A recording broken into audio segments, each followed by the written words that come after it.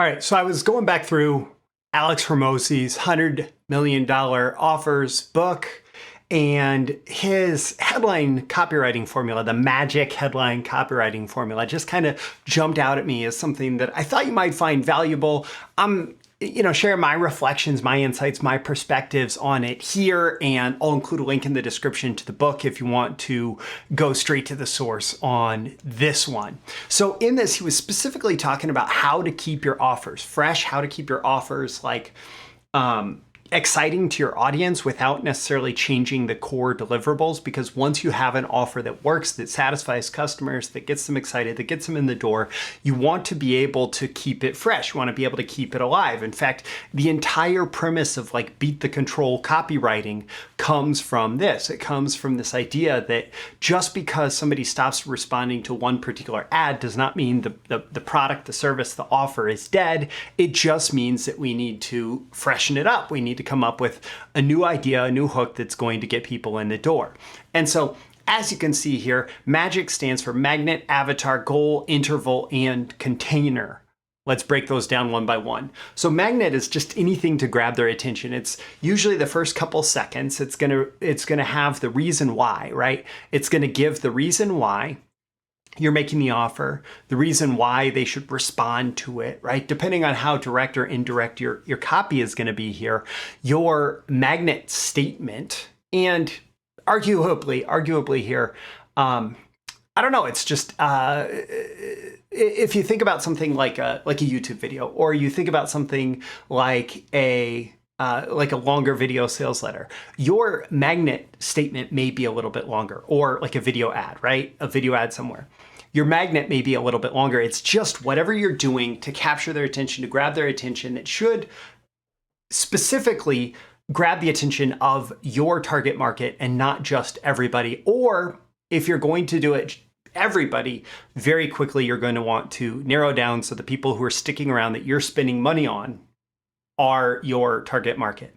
So first things first, your headline, your deck copy, your opening statements should make sure to grab the attention with something like a reason why you're making the offer. So it's, 4th of July special, or it's, Labor Day, or I'm writing you because it's your birthday, right? Or I'm sending this ad out because I've come up with a brand new way to get prospects on YouTube, whatever it is, right?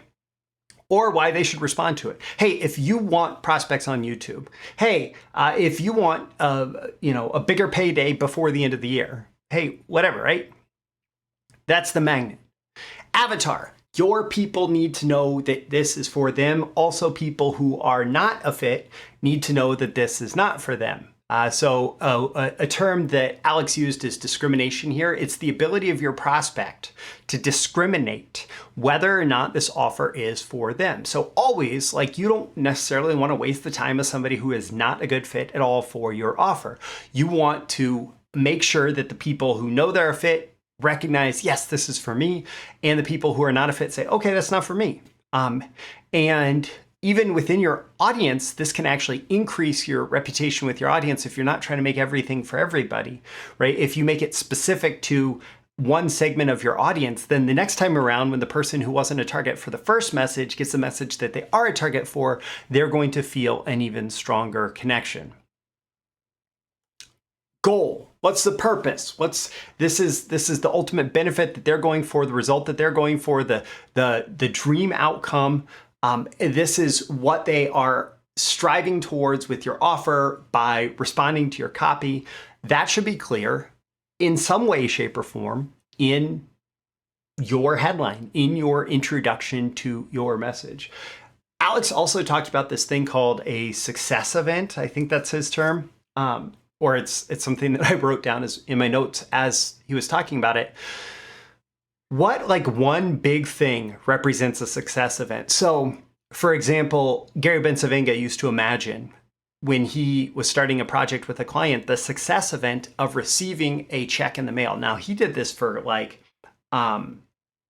purposes that are more in line with Neville Goddard, feeling is the secret, imagining that future event as if it were true. When you do this for your prospects, when you stimulate this thinking in your prospects, they are going to be drawn towards it. So think of the three-dimensional success event that happens when they have achieved the goal that your product allows them to achieve. Now, interval, when you're talking about results, it's great to talk about timeline. Just be careful for compliance on whatever advertising platform your ads may be driving traffic from, because in some cases you can't give them a measuring stick. You cannot say you're going to get X result in 30 days or else you're going to get kicked off the platform and never be allowed to advertise there again. But if possible, you want to say how long it's going to take to achieve the results that you're promised, right? How long is it going to take to get to that goal? And again, like I said, watch for advertising platform compliance. So let's see, the container is the method. So one of the things that Alex does is he talks about systems and packages and challenges and blueprints and boot camps. And he's always trying to give it a container that feels like it's more than like, oh, this is a video, right? It is a system. You know, the magic formula, the magic headline copywriting formula is more than the magic headline copywriting video, right?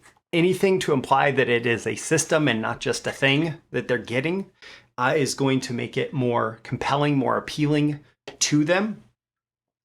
And so as we're going through this doesn't necessarily have to be the order that you are doing it in. But if we were to say something like, copywriters, new system gets you clients in 30 days or less. Okay, copywriters, new system gets you clients in 30 days or less. That's fairly good. We could add like a guaranteed to that, right? This is copywriters is the avatar, gets you clients is the goal. It also the new copywriters is the avatar, new system is the container, new is maybe a little bit of a magnet statement too, as well as get you clients is both the goal and a magnet statement in 30 days or less, right? And so we're looking at tapping into these different forces. And in many cases, you may not get all 5 forces tapped into in a single headline. But if you use these as stimulation for the different types of messaging that are going to go into your headline, well, you might find that you're writing better headlines pretty quickly.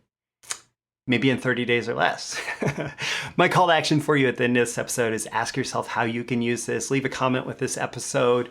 Just let me know, what are your action items? What are your takeaways? What were you maybe missing from your headlines before? Don't forget to like and subscribe so you can get more content like this delivered to you. I am including links in the description to the $100 Million Offers book from Alex Hormozi. It's a great book for marketers of all stripes and entrepreneurs and business builders. I will also, if you're interested in going deeper, I have a full copywriting course called the High Velocity Copywriting course.